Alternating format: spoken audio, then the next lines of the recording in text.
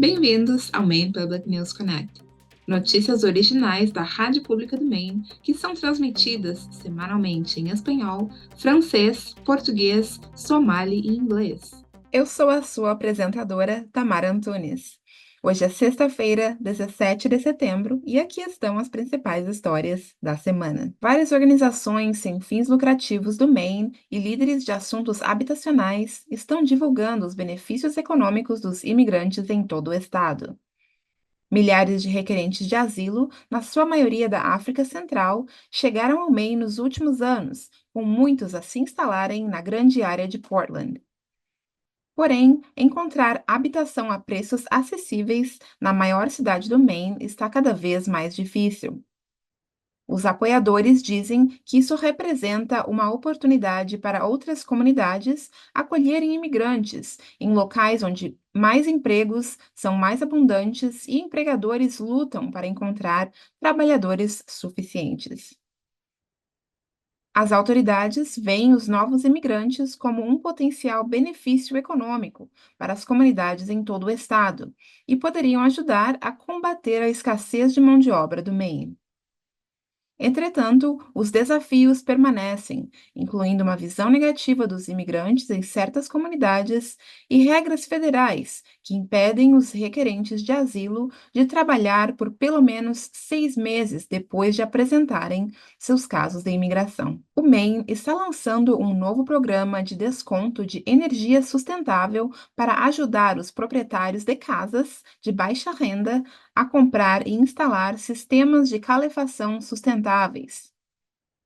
A governadora Janet Mills disse que o programa visa reduzir as contas de energia e ajudar o estado a cumprir suas metas climáticas.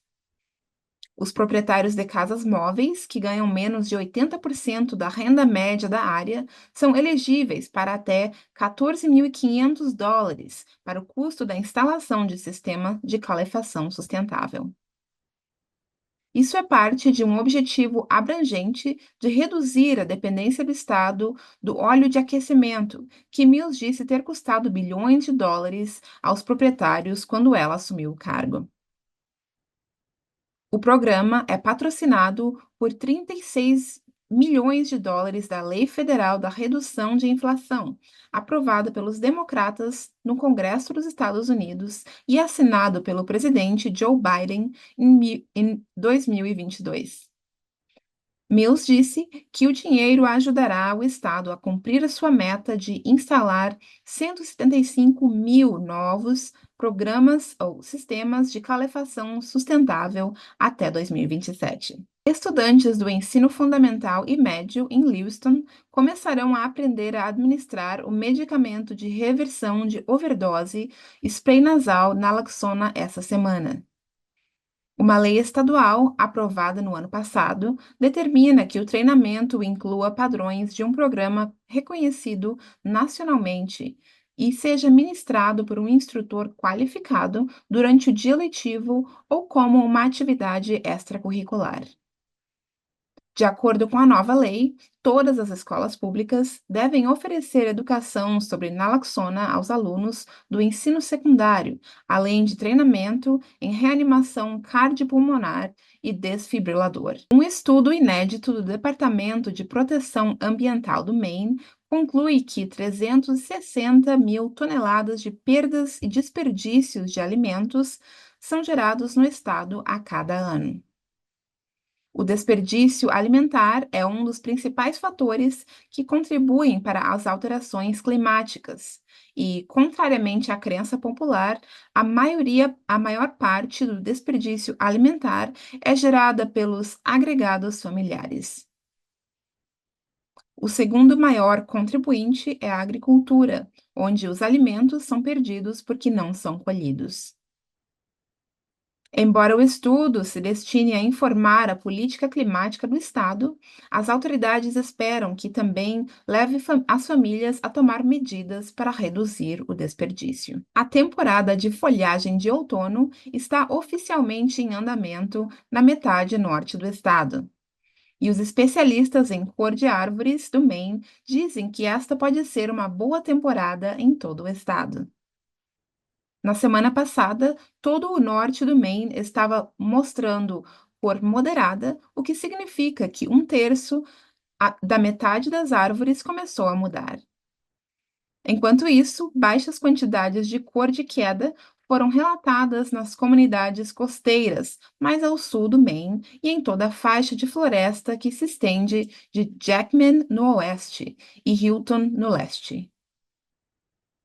O resto da parte oeste do Maine, central e costeiro, ainda está bastante verde.